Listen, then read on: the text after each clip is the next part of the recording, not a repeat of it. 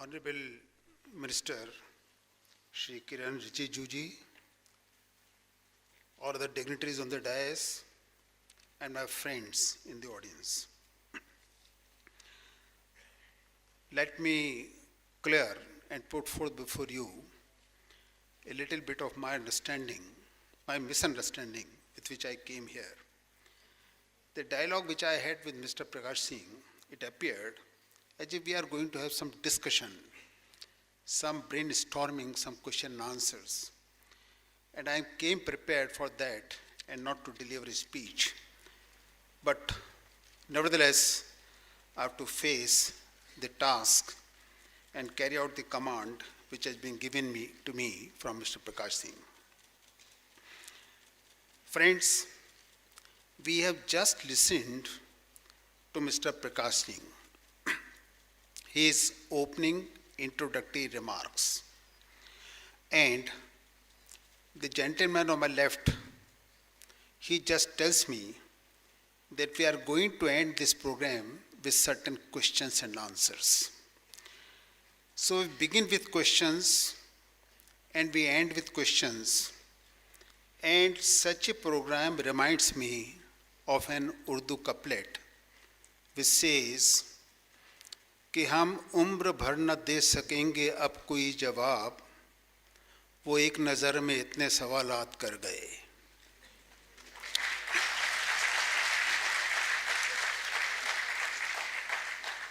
There are questions and questions, and we don't find answers.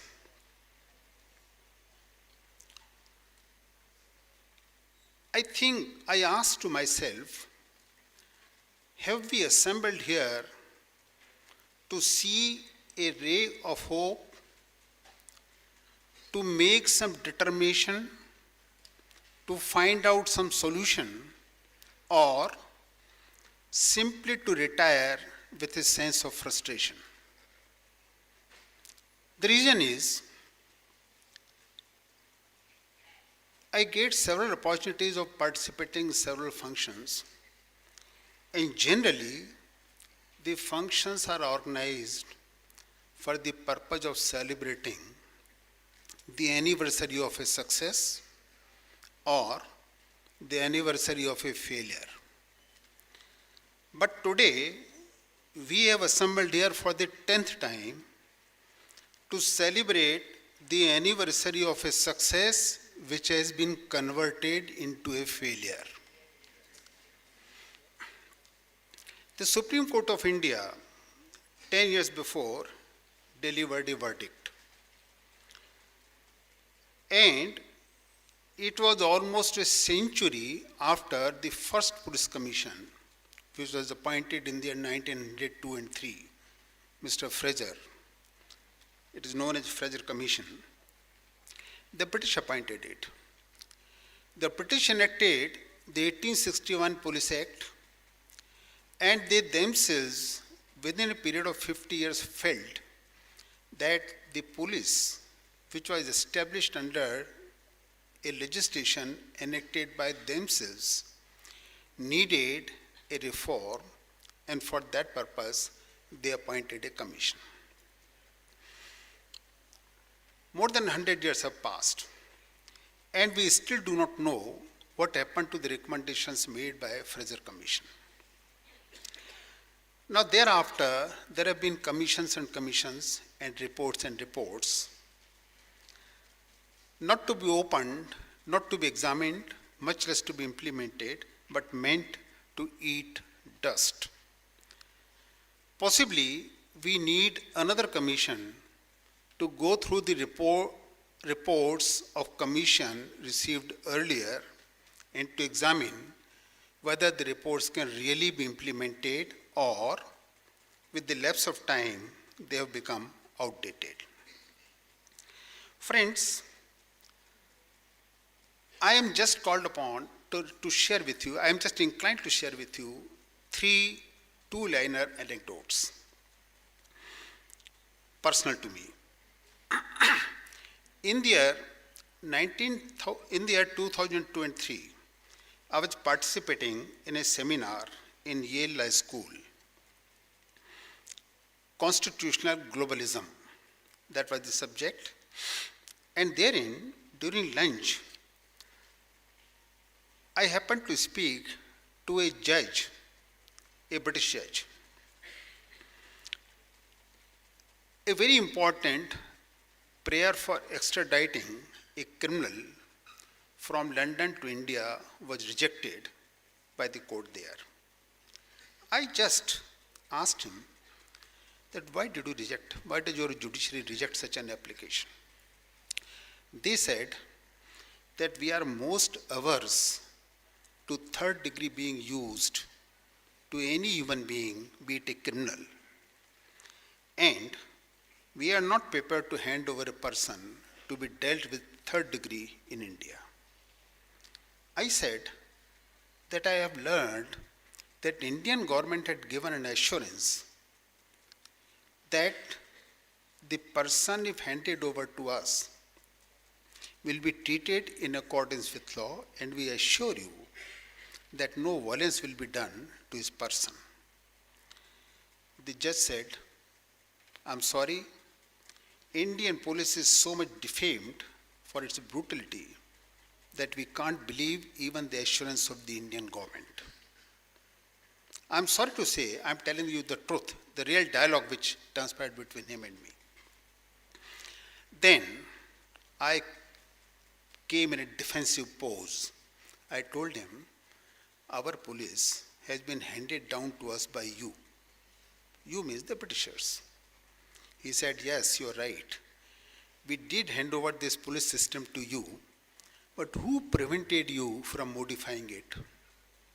Who prevented you? Who said that you accept a legacy and don't have your own assets? You could have had your own police. You could have modified our police system, but you are happy with it, then bear the consequences. Our police was meant to rule you. Now it's your own government, and if you still want to be ruled, then be happy. I had no answer. This is one. The second anecdote of this morning.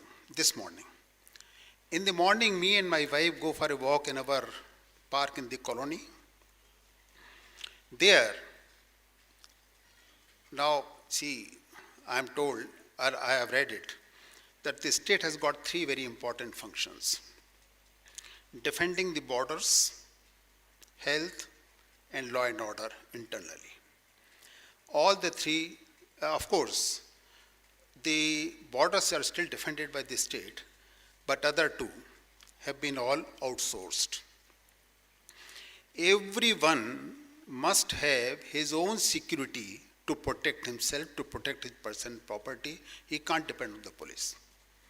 So in the park also there is a person posted, he is a security guard.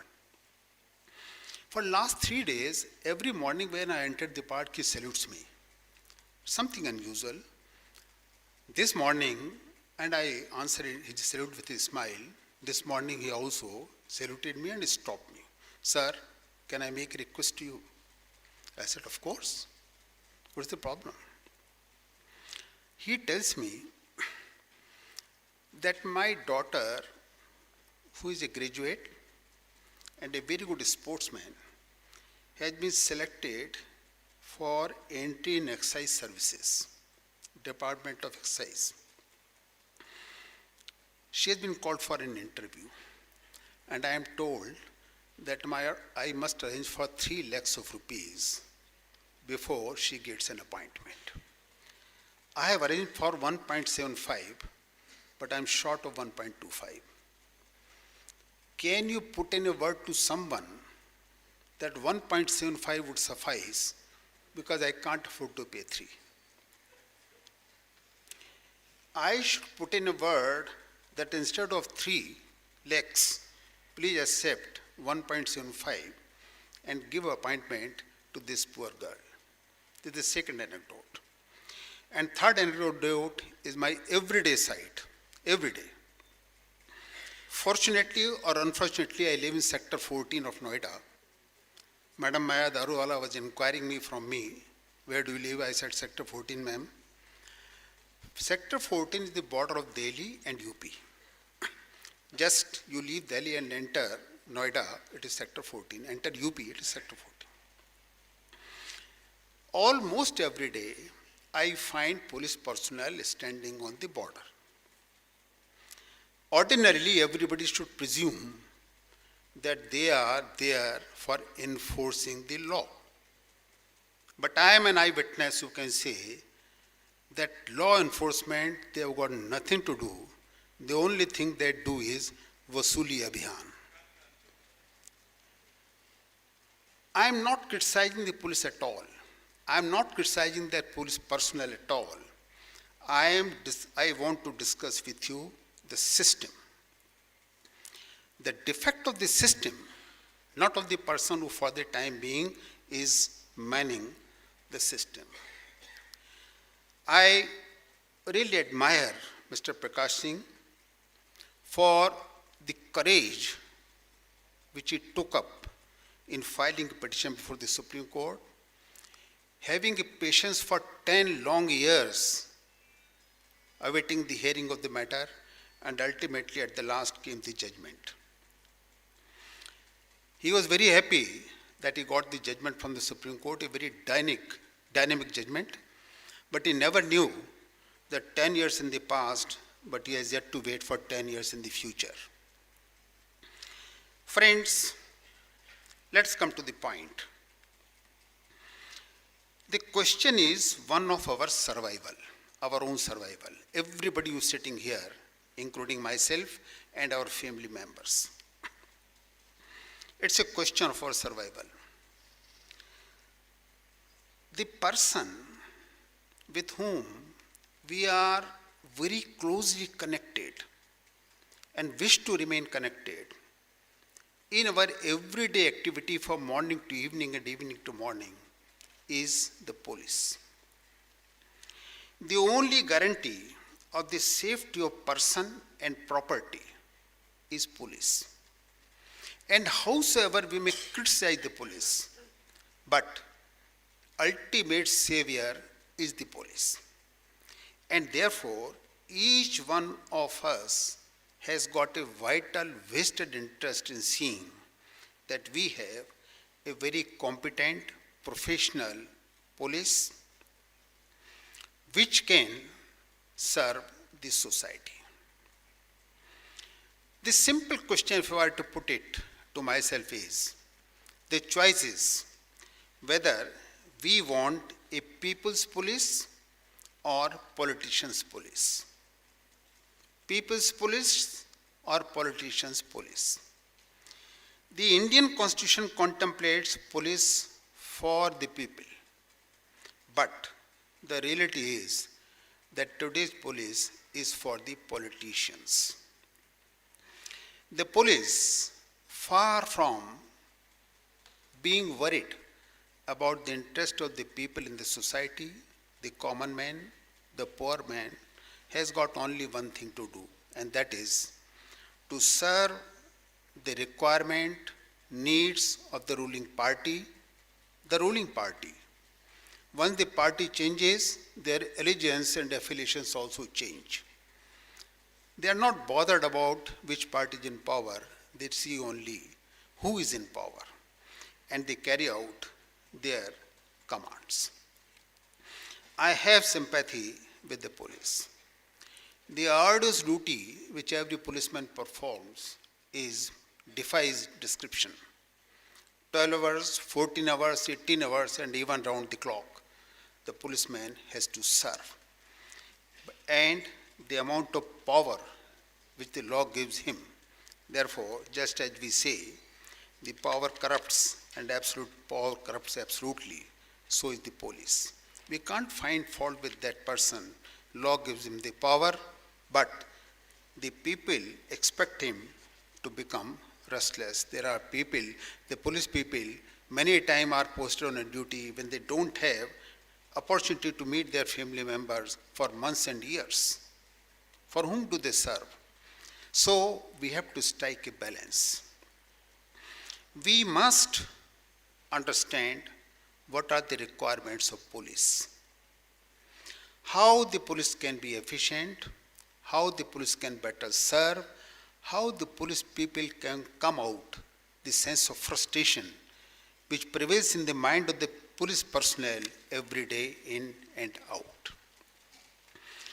We must take care of the police so that in police we find friends and not foes. Today the position is that a gentleman, a normal citizen, is mortally afraid of approaching the police. He assumes that he will be put to harassment if he goes to a police wala. And on the other hand, just as Mr. Prakash Singh was describing, there is a nexus. Criminals are very comfortable with the police. I'm sorry to say so, but then that's the reality. This gave me an opportunity of reading a beautiful article written by Mr. Prakash Singh, which has been published in newspapers. And I wrote an email to Mr. Prakash Singh telling him that hardly any discussion is needed. No question and answer, no thinking, nothing is required. Simply read the article which has been written by Mr. Prakash Singh. It's a beautiful article I have ever read. It completely covers everything which we need to discuss and deliberate upon this evening. Friends, we have to take care of police.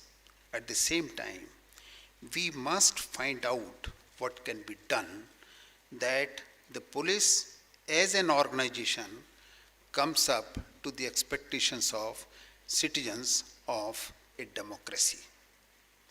If we find that every policeman is a friend of ours, police as an organization is friendly to the people, the rate of crime would automatically come down.